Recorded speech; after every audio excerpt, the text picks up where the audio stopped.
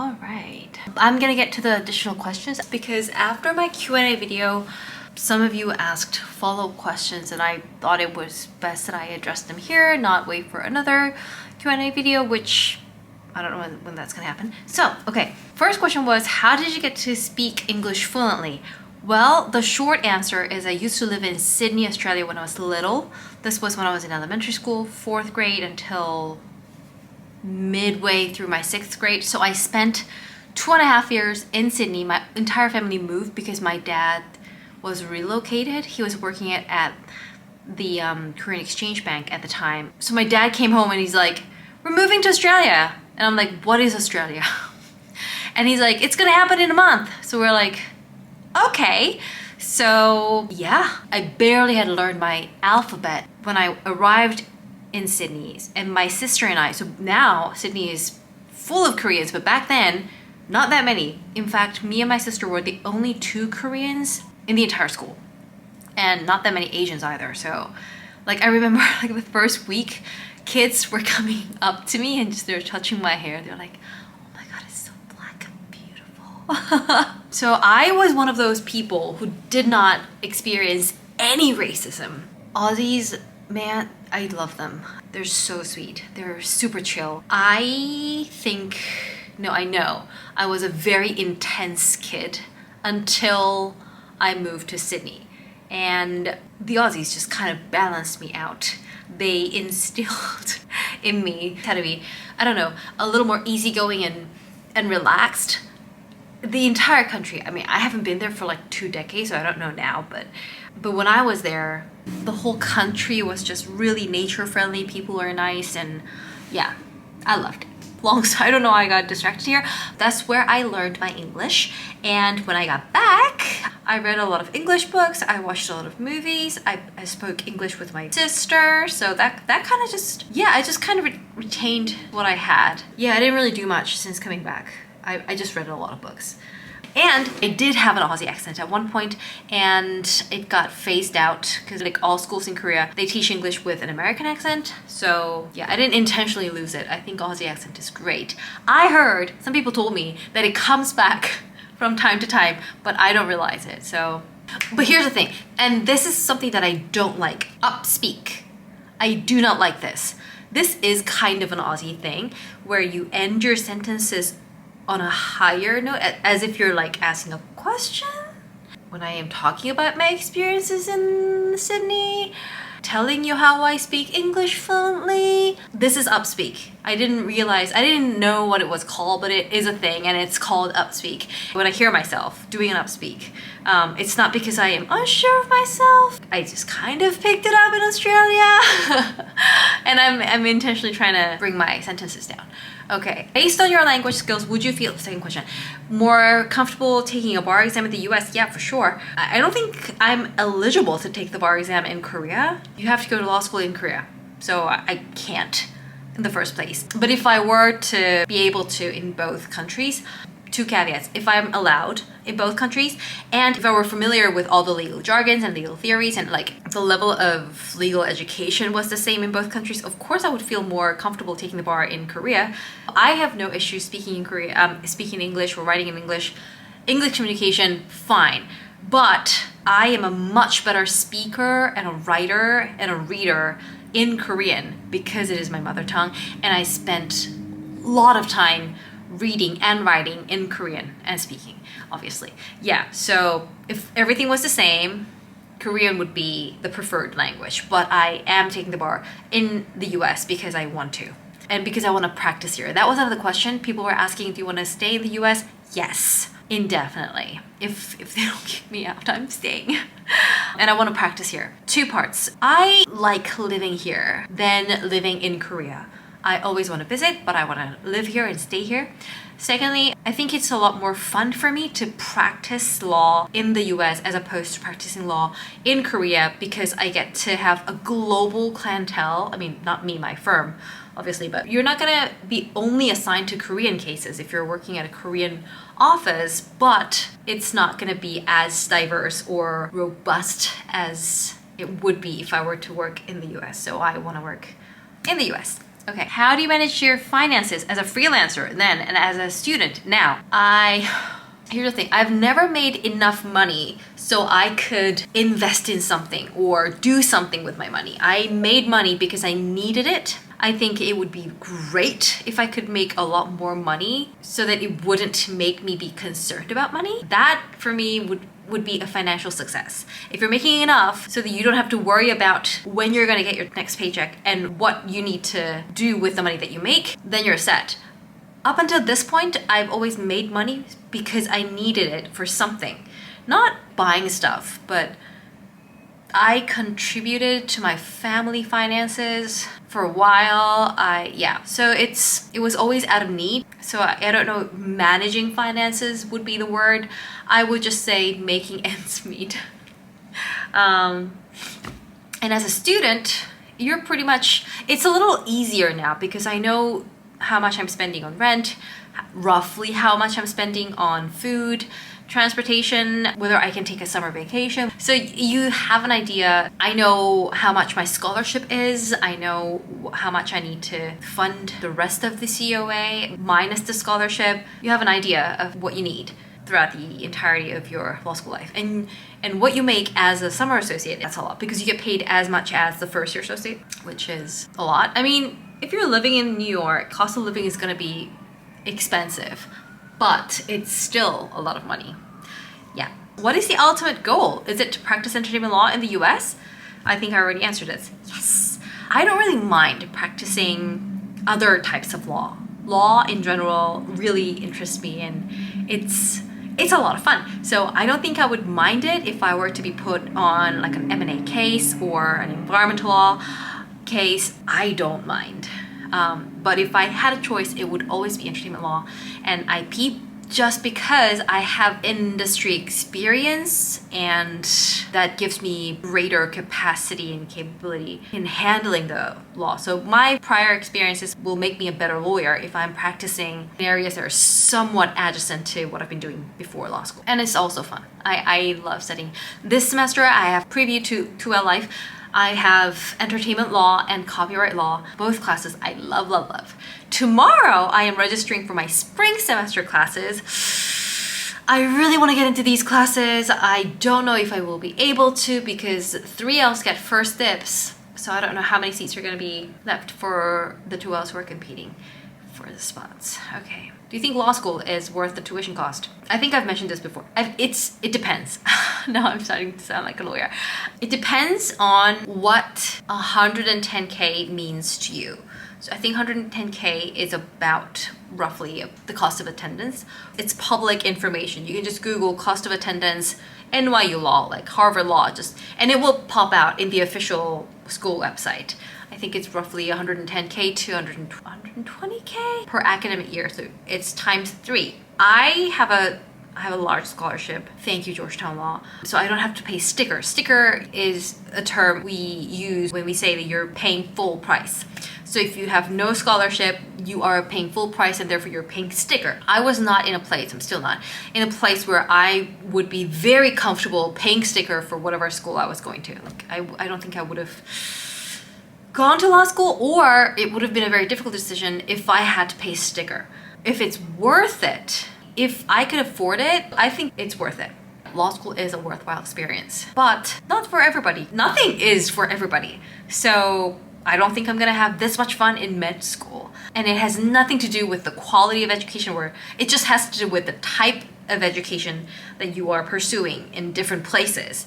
For me, law school is a worthwhile experience because I like it and I find it fun and I find it fulfilling, and I think I will have a fun and exciting and rewarding career with my degree. So it just depends on your financial situation and how you feel about the law and what you get out of law school. But just for me, if it's a personal question, I would say yes, it's worth it. Can you tell me how you maintain your healthy skin? Your skin like baby skin. Oh, thank you, but it is not. Like literally the first thing I will do the minute I land in Korea is I'll just drop a text in the family chat like, I'm here, and then I'm gonna call my hair salon, book an appointment for the day after. To color my hair, to cut my hair, and then in the afternoon I'm gonna go to a dermatologist and get scolded and fix stuff. Yeah. I should take better care of my skin because first, I'm not eating as healthy as I should be. These days I'm trying. So these days I'm a lot better. But like my 1L fall was a disaster. I was not eating right. I wasn't getting much sleep. And those two things affect your skin a lot, especially my skin. My skin is very prone to sleep schedule and what I eat.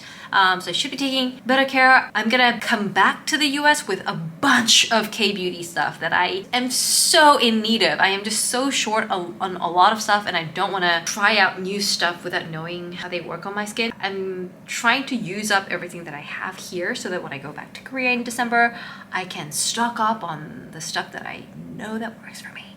So, long story short, I don't really do much. I do, however, have like weekly or bi-weekly sheet mask, clay mask, self facials. I try to do new face lifting device every day, but it's usually every other day. But I try to keep that up as well. That's all I do. I'm not really heavy on products, but I do wear sunscreen. I don't really have a particular brand that I need to use. I do have my favorites though, which I will be stocking up on in December. Okay, become counsel for a K-pop label. So I'm trying to get into, and I've gotten into, Big Law, which is big law firms. I want to work for a firm for a foreseeable amount of years. It will have to be a very good deal for me to work at a K-pop label. They will have to pay me at least double what the law firms would pay me to get me to work for a K-pop label. I just know too much to go for that. I don't want to say never, because you never know, because like things are changing for the better, and I have no doubt they will change even more with time. So I am not ruling that out, but it's not going to happen in the near future, and it's not going to happen if it doesn't give me significantly better benefits. Okay, so let's wrap up 1L. Hello, and we're back. I had to do some student organization stuff. I've taken the role of vice president and treasurer. I'm bad with numbers. Of Georgetown Entertainment Media Alliance organization, the law branch. But it's good in the sense that it makes me double check, triple check, quadruple check everything I'm doing number-wise and money-wise, because I'm like paranoid about me being not so good with numbers. But then everybody at law school is bad with numbers, so mostly everybody. So I think it won't get noticed even if I do make a mistake.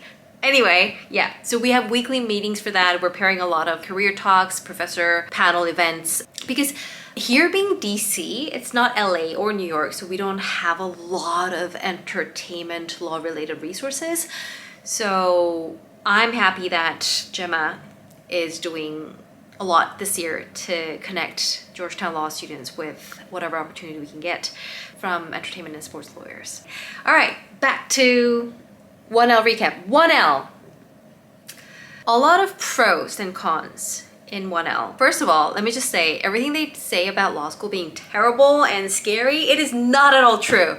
If you are nerdy enough to come to law school, you're gonna love studying and reading. It's a lot, but compared to the crazy schedule you would have as a K-pop recording artist, you sleep a lot more and you eat better as a law student. You have it easy, a lot easier. I didn't have to like go through hell to adjust to this biorhythm. I actually preferred it because I have a schedule, which has not happened ever since 15. So I really enjoyed having a fixed schedule and being told where I'm supposed to be instead of figuring out what I'm supposed to do, because 1L, all your class schedules are fixed. I didn't have to do anything. I was told to go to a certain room at certain days and study what subject, and I was like, okay.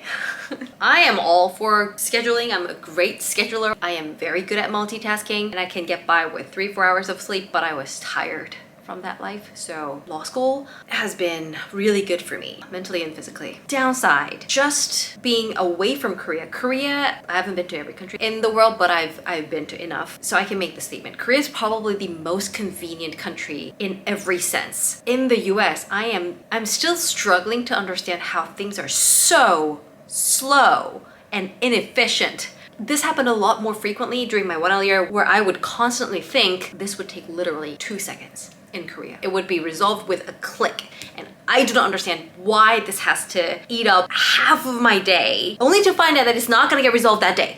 So a bank post office, apartments, a lot of administrative things that just was mind-blowingly inefficient.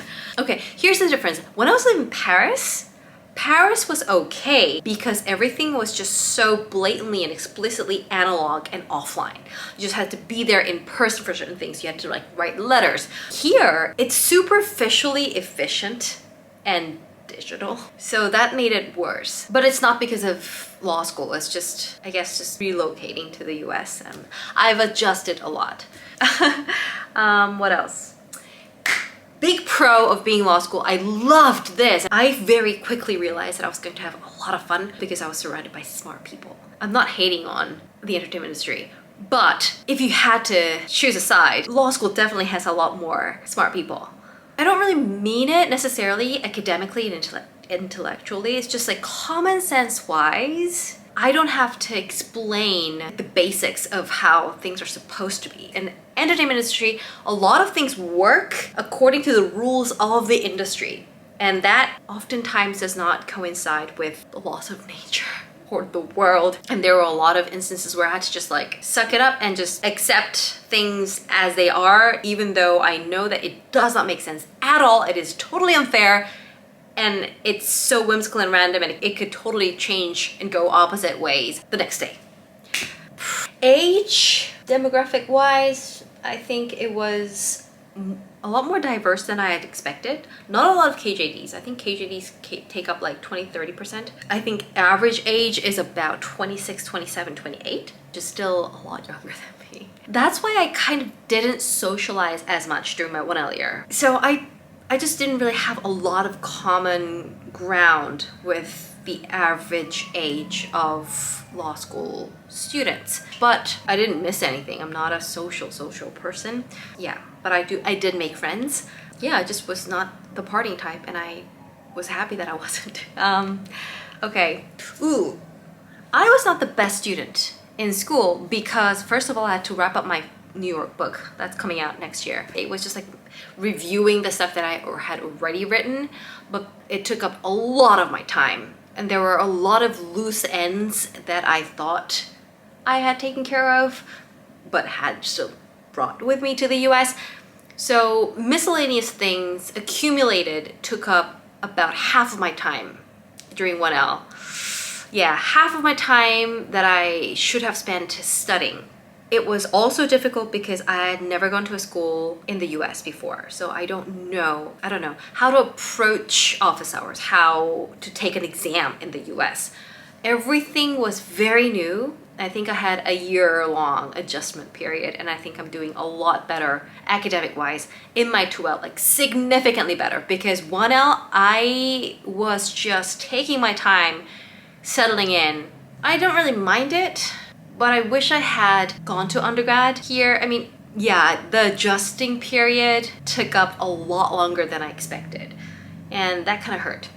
Also, the way I study and learn things is not so well in tune with how you're supposed to study in law school. I didn't come to law school thinking I'm gonna be the best in class. I wasn't aiming for a 4.0. I just wanted to get good education. I wanted to learn as much as I could. My goal is to become the best lawyer that I could be. Law school gives you a ton of materials, and you're only supposed to know the rule.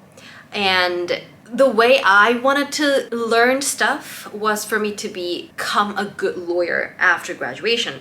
So a lot of things that I know that's not going to be on the exam, but that could be helpful on the job, I would still take time to learn it. But that's not how you get good grades. I don't like shortcuts. I think the inquisitive nature into details makes me a better fit as a trial advocate. That's why I'm in trial advocacy in my school barristers council, not the appellate division. Here at the appeals court, you look into the law. You see how the lower courts have applied the law to the facts. That's what you look at. You don't go into the facts. Facts has been established in the district court. I like facts. I want to know every single fact that is involved in a single case, and that takes me a lot. That takes anybody a lot of time. The adjacent cases that could influence the facts at hand. I need to know the adjacent cases that are never going to be on the exam. it really bothered me. Not so much now because I'm used to it more, but the fact that how I just have to like gloss over some things because it's not gonna be on the exam. Just don't look at it. I had to look at it, and that took up a lot of time, and it was very inefficient. I do not regret it, but my grade had to suffer because of how I study stuff and obtain knowledge. It's just not the desired law student studying method. But paying attention to details and providing insight on some things that other people miss has become my thing. It's been helping me out in clinic as well. The feedback that I get from my professors is your opinions are always on things that a lot of people miss. And many times it's like the only perspective that we get on certain issues, and we really like that. So that's good. And I think I did a good job during my 1L summer because I was paying a lot of attention to details. Yeah, so I'm not saying being a good law student and being a good practitioner are mutually exclusive, but this particular aspect that I struggled with turned out to be. What else? Oh, it's defying 1L myths. Cold calls are not as bad as you see in TV shows or movies. I mean, or not as bad as it used to be. A lot of classes, the professors will notify you beforehand. Sometimes they'll let you know for sure, like you're gonna be on call on this day. Or most times they will group you into like 3-4 groups and say, this week anybody from group 1, this week anybody from group 2 can be on call. So you kind of know that you could be on call on certain days, so you prepare more for your calls. And sometimes they will just really cold call you. And that happens in my copyright class. Did not mind it. I don't really mind cold calls because I've been told, and it is true, that messing up a cold call can happen to anybody. And the professors don't really give you, they're not mean. The purpose of having cold calls in class is to bring out certain things about the case that they want to teach, not so that they can be mean to you. So if you don't know the answer to that question, the professors will give you prompts and hints and nudge you in certain ways so that you can remember what you're supposed to say from the reading. If you don't do the reading, I guess there's no way to save you, but usually people do. And many classes, if not all, will give you passes. So if you're sick, if you had like an emergency, you can write to the professor and say, I'm gonna take a pass. And that will get you off the list of potential on-callers. So it's not as bad. And if you are on the call unexpectedly, you still are not gonna get roasted. It's quite friendly. And even if you do bomb, your fellow students will not think any less of you. It happens to the best of us. It's not at all stressful. I guess just like the first few weeks of 1L, everyone's stressed out and they're like, oh my God, I'm gonna be on call. But like, you quickly learn that it's not that bad. Is it competitive? Like cutthroat competitive? No. I don't know if it's a Georgetown thing or law schools in general these days are a lot more collaborative and friendly. I've just seen nothing but support from everyone to everyone. It's been really nice. If you're sick, people will send you their outlines, notes, class memos. Yeah, it's been super supportive, and I like being part of the supportive community. So it's been great. The last myth would be, is there a lot of work? There is a lot of work, but there is. Like, it is completely different from undergrad. It's a lot more than high school senior in Korea. High schoolers in Korea, I mean, I guess it's worse now. But when I was a high school senior in Korea, I studied a lot, but it's different because there's a lot of mechanical studying in high school. You're supposed to memorize stuff. You're supposed to like do drills. So a lot of studying in high school, you can kind of use like half your brain capacity and still be good at it and get the job done. Law school, you have to pay full attention to every single thing you're reading. That's very energy consuming. This is silly. If I had to tell you what stressed me out the most during 1L, it's gaining weight. Not because I was eating that bad. I was eating badly, but I wasn't eating a lot more than I used to. It's just that I had so much time sitting down and I didn't have... I think I went to gym like, if not every day, every other day, at least 5 times a week. And I would work out for like 40 minutes to an hour. That is not enough compared to how I was working out before law school, which was still a major cut down from my training days. So after my training days were over, I was like, you know what? I'm just gonna gain 5 kilograms because that's how you're supposed to live as a person. If I'm eating twice a day and I'm getting at least like 1,500 calories per day, I'm gonna gain 5 kilograms even if I do work out 2 hours a day, every day. That's just how it is because my K-pop training days, I'm just barely eating, dancing 4 or 5 hours a day, working out 2 hours a day, singing, acting lessons an hour each, and very stressed. So if that life is over, you're immediately gonna gain weight. You know how a lot of celebrities, when they're off season, not touring, not recording, or maybe recording, but just like taking it easy and not doing anything that's on camera, and you see paparazzi photos of them fat, it's not because they're lazy people. It's not because they're going crazy on like Five Guys burgers and Shake Shacks and fried chickens and drinking. It's because they're having a normal life that is still much healthier, low calorie and high workout than the average people. But on camera life is just so messed up that you are slim on camera, but pretty much anorexic in real life. So yeah, post-trainee, I was very fit, normal-ish compared to my trainee days. In law school, because I was not getting that much workout, I immediately gained weight, and that stressed me out so much, a lot more than my studying. Gaining weight was very stressful. I'm still struggling to get back to that weight because whenever I'm very close to getting back to my weight, I get sick. And it's inevitable because your immune system, when you're trying to lose weight, weakens a lot, at least for me. So you're a lot prone to viruses and flus and colds and COVID and whatnot. Especially doing 2L year, losing weight very quickly will get me sick. And when I'm sick, I have to lie in bed because I can't get up. I have to eat because I can't get an ulcer when I'm taking really intense medicine. So I will inevitably gain weight. And it's just... So I'm trying to go back to my normal weight slowly. So the diet video that I'm gonna put out soon is not going to be crazy. I'm not gonna show you like 50 calorie meals. That's not gonna happen. I'm gonna be having healthy meals in moderation. What else? Okay, let's go to OCI. OCI is what happens at the end of 1L. You are looking for a job that you're gonna take after your 2L year. That's a 2L summer job. 2L summer job oftentimes leads to your post-graduation job, especially if you wanna work at a big law firm.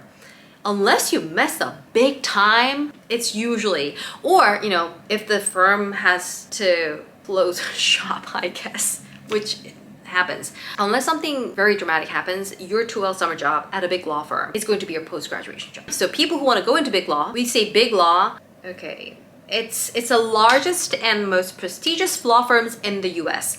These firms have multiple offices, generally with presences in major metropolitan cities like New York, DC, LA, Chicago. Yeah, big law. If you want a big law job and you get a big law job in your 2L summer, that's gonna be your job post-graduation. Big law has perks. It pays well and you get to practice in various areas. It depends on the firm. Some firms will just lock you in a practice area, like you're an M&A lawyer, like the minute you join, but that rarely happens. We'll get to navigate different parts of the law and then settle into a group 2-3 years afterwards. Or some firms will have like an open market system where you just approach a partner and ask for jobs. Like, oh, I want to be on the case that you're working on. It depends on the firm, but you generally get to be exposed to a lot of different cases, which I like. But also, I didn't really have a choice but big law because as an international student who is on an F1 visa, student visa, I will have to be sponsored by an employer after graduation with a work visa that will allow me to stay in the US. And it happens through a lottery system. It's not merit-based, so it's lottery. I heard it's 15 to 20% chance of getting it. And if you don't get it, you have like a grace period, not that long, before you pack your stuff up and go back home. Or if your employer can send you to their foreign office and keep running the lottery for you until you get it and then you can come back, that works out. Or they can send you to a foreign office and then invite you back with an L visa. So there are several ways to do it, but the employer has to be willing and the employer has to have a foreign office for them to send you to. So I couldn't go for an employer that only had domestic offices. I had to look for an employer that had a presence abroad, and that's big law. So international students doesn't have a green card have very limited options. So OCI is very stressful for international students because if you strike out during OCI, I mean, you could technically look for a job during your 3L year, but it's going to be very stressful. And it is not like OCI. You're gonna have a slimmer chance of getting a job. So OCI is super stressful for everybody, but especially for international students. And this year, it's been very bad. I just assumed that during COVID, things would be tougher for law firms, but it was the other way around. A lot of things were happening during COVID, hence a lot of legal stuff was happening. So firms were over hiring associates. So I heard from upperclassmen that last year and the year before, OCI has been blissful. And they were like, I had the worst grade in my class. I had like 10 offers and I had to choose.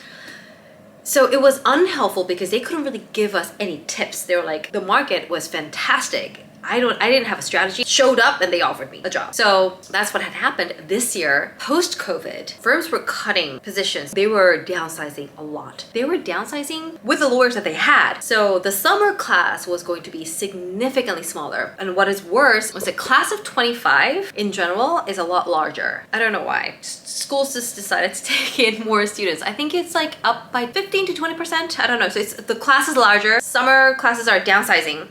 Some firms refuse to participate in OCI. So what happens is it's still virtual. So we have screener, which is the first interview. And if you pass the screener, you get a callback. Callback is the final interview, and if screener is with one person, callback is usually with 3-4 people, and then you get an offer or you don't. If you move on from screener to callback, that's a big deal. Firms don't hand out callbacks like candy. It's supposed to mean something. So getting a callback means you have a significant chance of getting an offer, but it does not guarantee it. And I heard from people 2 years above us, a year above us, 2 years above us, they were like, I had 15 screeners and I got like 14 callbacks. That was normal for a lot of people. This year, a lot of people had 0 callbacks. The market was just tough, and I heard it's still tough. So it's not gonna be good for class of 26. But I hope it gets better. Anyway, I think my 1L summer strategy worked out really well because a lot of Korean students will go to Kim In-chang or some Korean firm. I did apply very last minute. I applied to Korean firms the date of my 1L summer offer. Like I sent it and I received the offer from my 1L summer employer. I was like, oh, thank God. I didn't need to apply to this anyway. And I applied very last minute as a backup, and I'm glad that I didn't get to use the backup because I did undergrad in Korea. My entire resume screams South Korea. So I at least wanted something on my resume that said, she's worked in the US and she did fine. That's what I wanted. So I really intentionally kept all my applications for my 1L summer in the US and something related to the work that I really wanted to do. And I was blessed to have had worked with the NMPA my 1L summer and had the best experience because the work was fun but the people were amazing and I learned a ton. And that really helped with my 2L summer placement as well because my employer actually calls up references and my references were amazing. So that really worked out. When the job market's good, how your school is recognized or ranked, it does matter, but it doesn't matter as much, I guess.